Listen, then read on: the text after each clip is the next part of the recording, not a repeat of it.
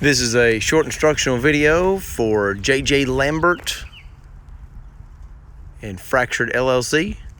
We're starting here on the front corner of the trailer where the generator box is.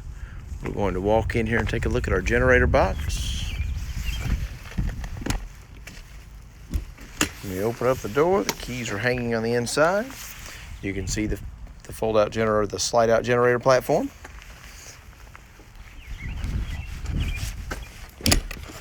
And we're going to walk our way around to the other side.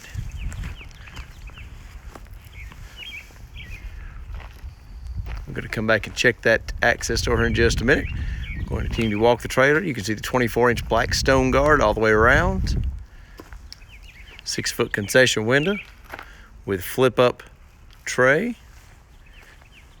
Black wheels, steel.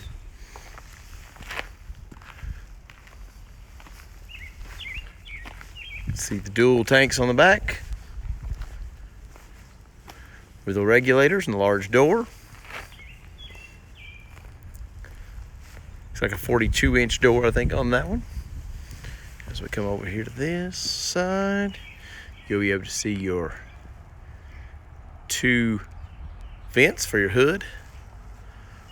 Of course, this one does have a large hood in it. See the 24-inch stone guard all the way up the side here. There's your view window on this side.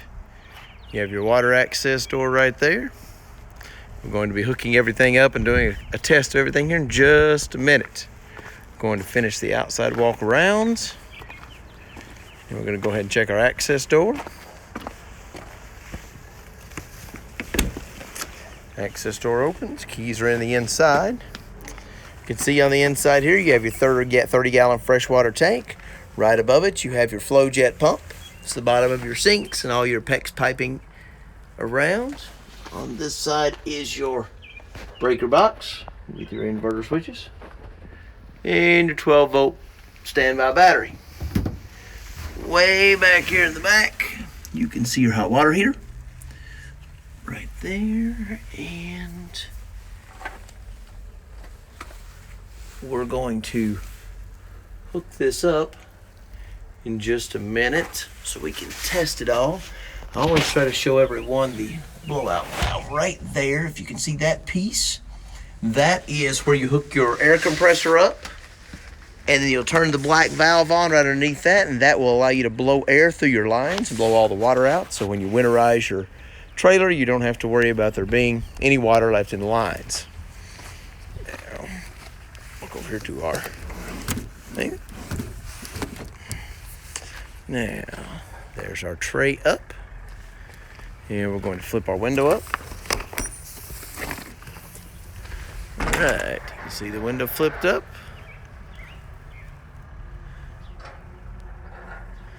All right. Now we're going to go inside and start doing a little bit. I'm going to go ahead and hook everything up, and then we'll start doing some testing. All right, we're going to take a quick walk around and look at your lights. You see your LED light on there. The LED light on the back is functional. We'll show one on the other side of your window is working. Your one above your door. Above your door, or above the back. And right there above your window. Now you can tell all those are working. Now we're going to go inside and check our electrical inside. You can see we have lights working all the way down. Right now we're going to walk through and test all our receptacles. Here you can see the lights come on in every unit.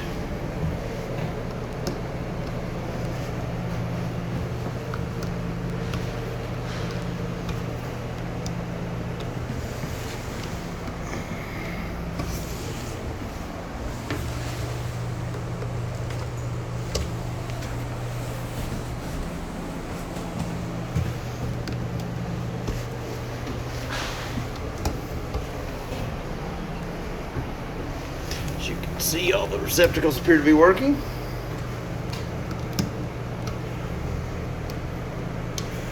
And we're going to test our hood fan now.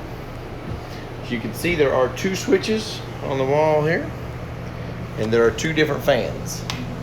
There's the first one, See the lights come on, hit the fan. There's the second one.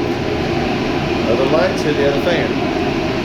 Now the one thing to remember about these fans in particular are these are removable grease traps. So if you will, be sure to take these out on a regular basis and clean them. They're very easy to pop in and out, like that. You can take them out and make sure they stay good and clean. If they get too dirty, the grease will, or collect too much grease, it will drip down into these drip pans. These little drip runners run the length of the unit. And this is your drip tray. This drip tray right here attaches to these two holes here to give you a drip catch, just in case you have grease issues. Now we put a large hood in this one, but we only put a smaller fire suppression system in because I'm sure you were unsure about what appliances you were going to put in. So you can see the fire suppression system on the ceiling. It runs above your door and over here to your head. Now this is your control head. This piece is very simple. Simply pull the pin out and swing it to that side. Now once you get into your area, let's see, here you have the tank below it. Once you get into your area, you will need to have this inspected by your local fire department. And once they've done the inspection, then you'll be good to go. And we're going to test your AC units here in just a second. All right, I've had the AC units running now for a little bit, so we're going to test our AC air 67. Okay. I'm going to test the other units, make sure we get similar.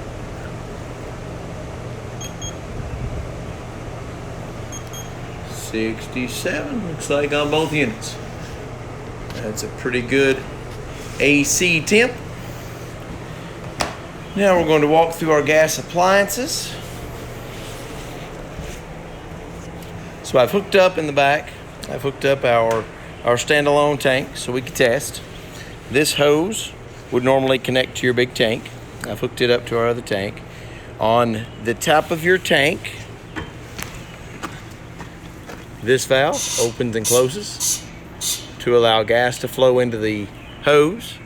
And then this valve opens and closes to allow gas to flow into your gas lines. Now, this valve right now is closed. Anytime you see a valve that goes perpendicular to the line itself, then that usually means it's off. So we're going to turn this one on now.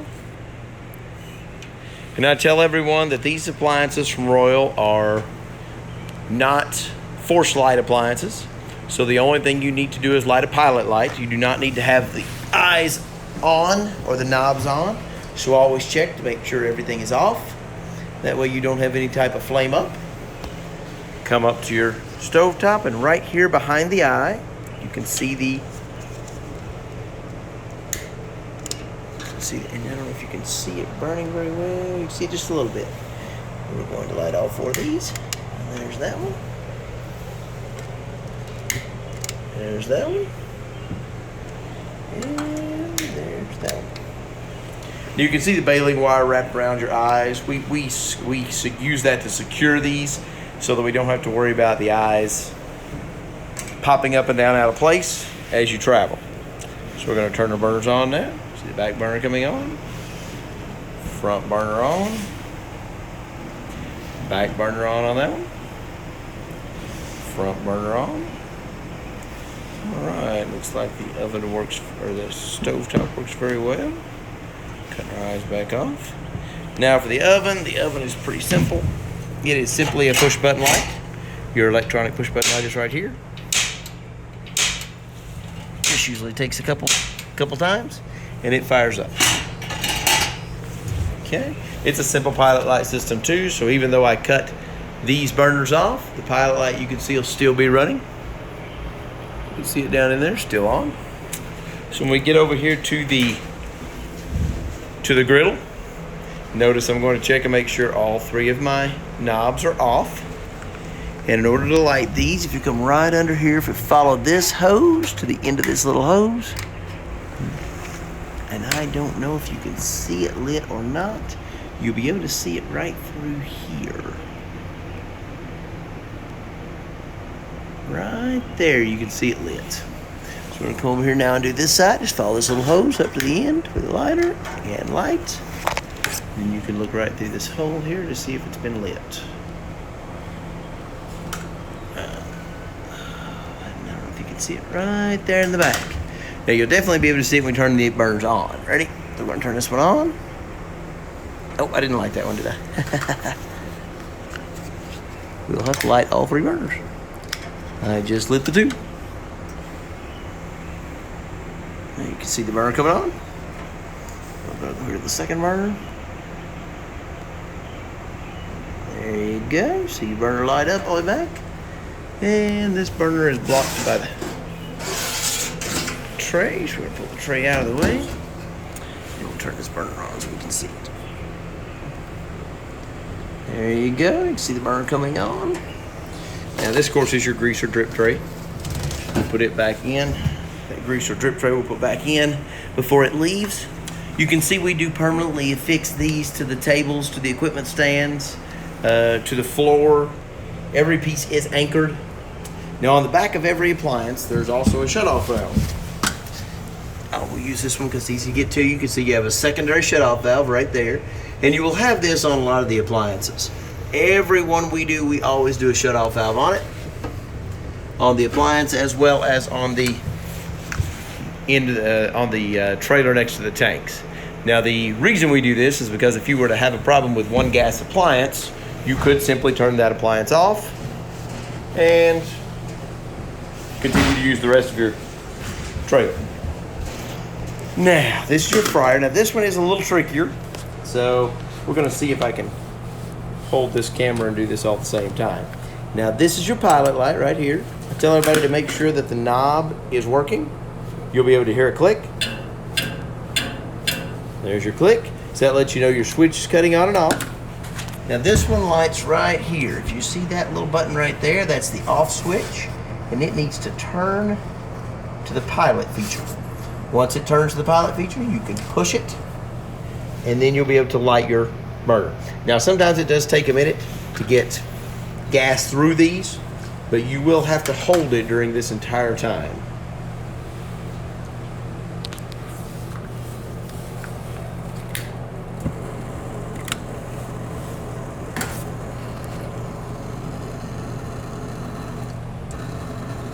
Now you can see one thing that I'll continue to do is hold this button for just another minute, just to make sure we get gas flowing. If you don't, it will cut itself off.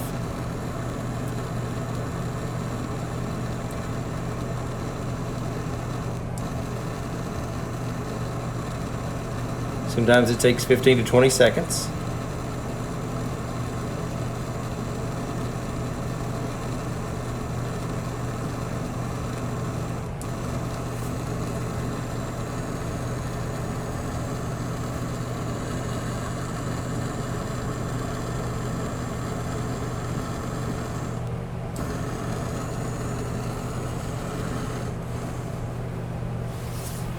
All right.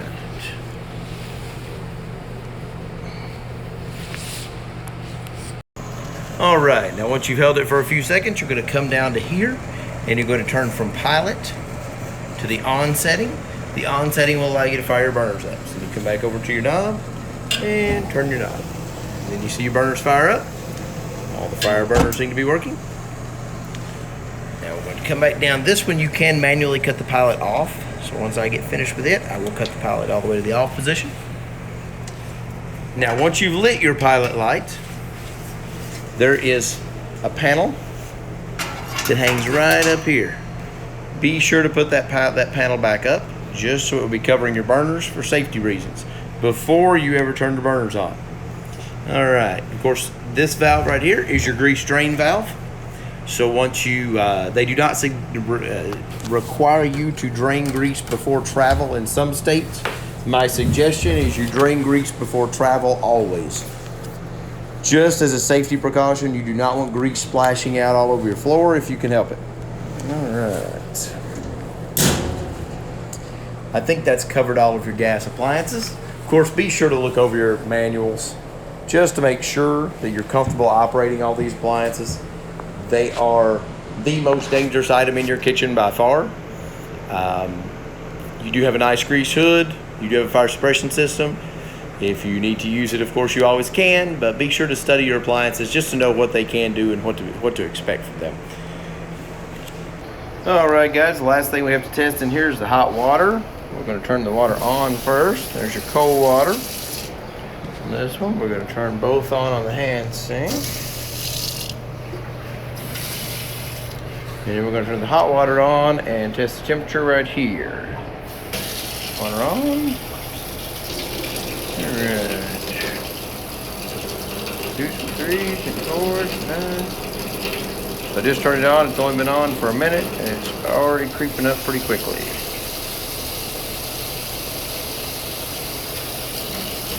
And it's already heated up about 10 degrees. And that only took a minute. Alright guys, I hope you've enjoyed this walkthrough of your trailer. If you have any questions or anything, please be sure and give us a call and let us know. And I look forward to seeing you get it and get out and pursue whatever dreams you've got. Have a wonderful day.